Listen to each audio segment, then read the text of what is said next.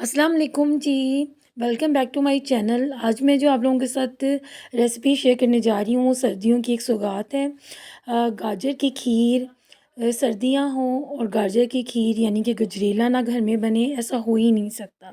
सर्दियाँ जैसे ही स्टार्ट होती हैं तो हर दूसरे तीसरे दिन ये हलवा, ये गाजर की खीर, इसे गजरेला भी कहा जाता है, घर में ज़रूर बनती है। ना सिर्फ घर में बनती है बल्कि अपने दोस्त अहबाब में भी इसको as a gift, as a सौगात सर्दियों की भेजा जाता है। आज आप लोगों के लिए मैं बिल्कुल ऑथेंटिक इसकी रेसिपी लेके आई हूँ कि आप जब इसे बनाएंगे तो आपकी तारीफ़ों के पुल बन जाएंगे। इसे बनाना बहुत ही आसान है। चलिए तो स्टार्ट करते हैं। बिस्मिल्लाहिर्रहमानिर्रहीम। यहाँ पर ना हम लोगों ने नए चावल लेने हैं और बिल्कुल ये ना 1 कप के करीब मैंने चावल ले लिए हैं, बल्कि 1 कप से थोड़े से कम आप चावल लीजिएगा। और इसे ना आप लोगों ने 2 घंटे के लिए ना भिगो के रख देना है। और अगर आपको जल्दी है तो आप इसे नीम गर्म पानी में भी भिगो के रख सकते हैं। कोशिश कीजिएगा कि नए चावल ही आप लोगों ने यहाँ पर लेने हैं। यहाँ पर मैंने ना हाफ़ केजी गाजरें ले लिए हैं और इनको कद्दूकस कर रही हूँ, यानी कि ग्रेट कर रही हूँ।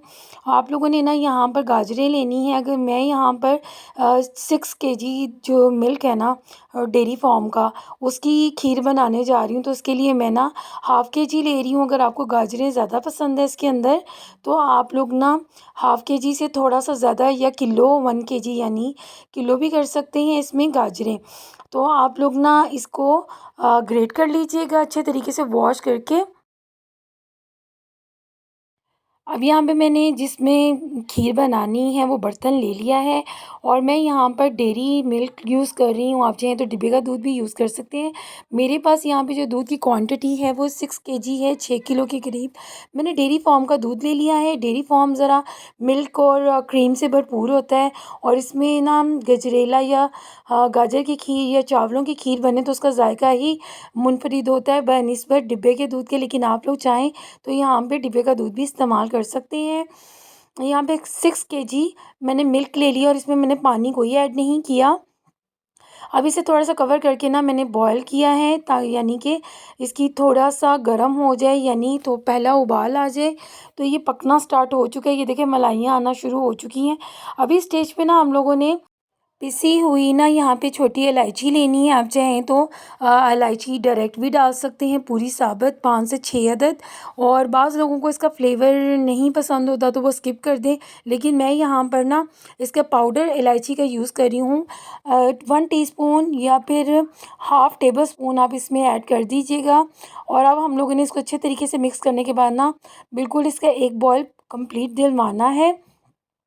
और जैसे ही यहाँ पर दूध बॉइलिंग पॉइंट पर आ जाएगा ना, उससे पहले जो हम लोगों ने राइस को भिगोकर साइड पर रखा हुआ था उसका पानी गिरा देंगे और उसको अच्छी तरीके से मल मल के हाथ में अच्छे तरीके से मलना है ताकि ये चूरा चूरा हो जाए। यहाँ पे आप लोगों ने चावलों को ग्राइंड नहीं करना। मैं फिर से कहूँगी कि आप लोगों ने यहाँ पे नया चावल इस्तेमाल करना है और कोई आप लोगों ने टोटा चावल या पुराना चावल इस्तेमाल नहीं करना।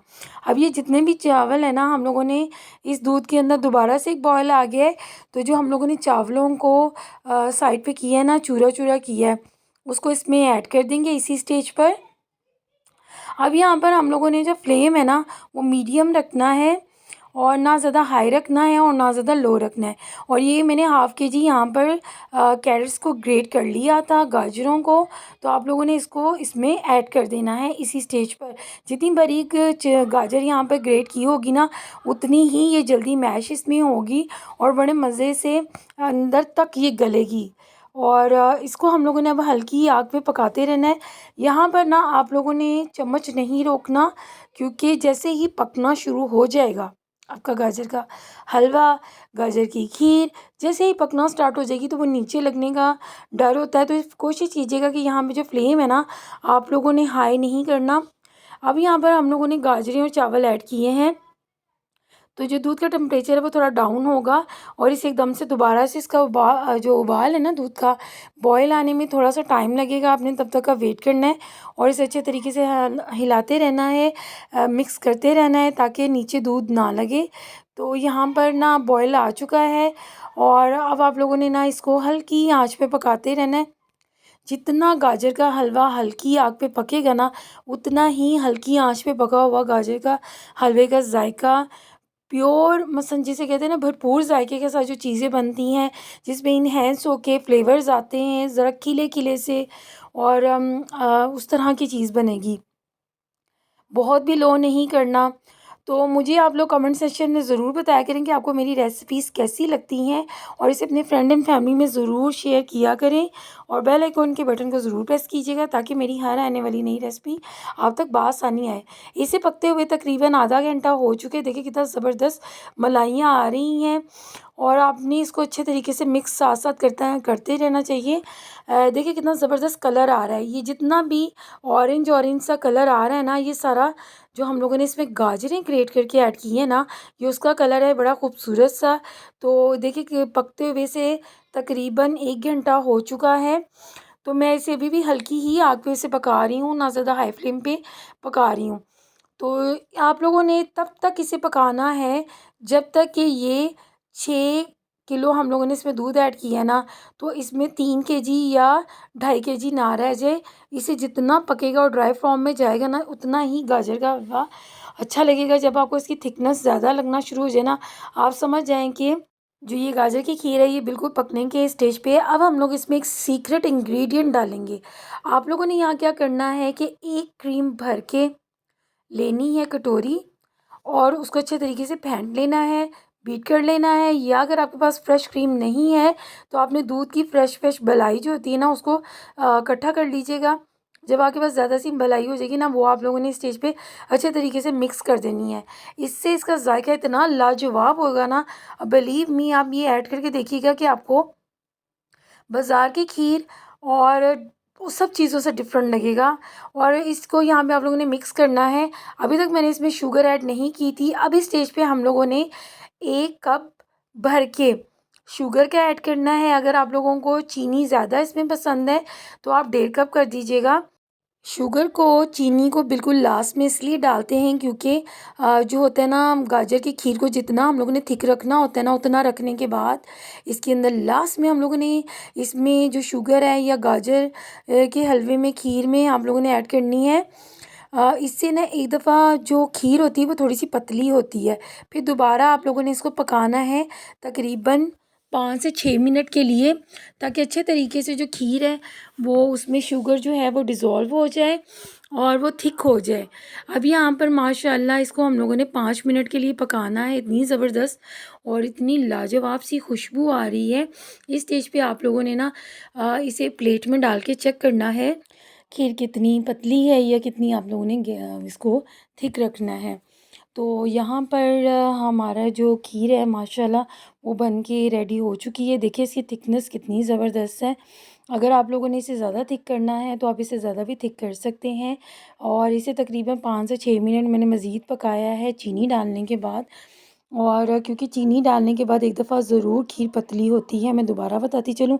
अब हम लोग ना इसको अच्छे तरीके से मिक्स करके देखेंगे कि हम लोगों ने इसे खीर को कितना पतला या गहरा रखना है। ये मेरी तरफ से डन थी।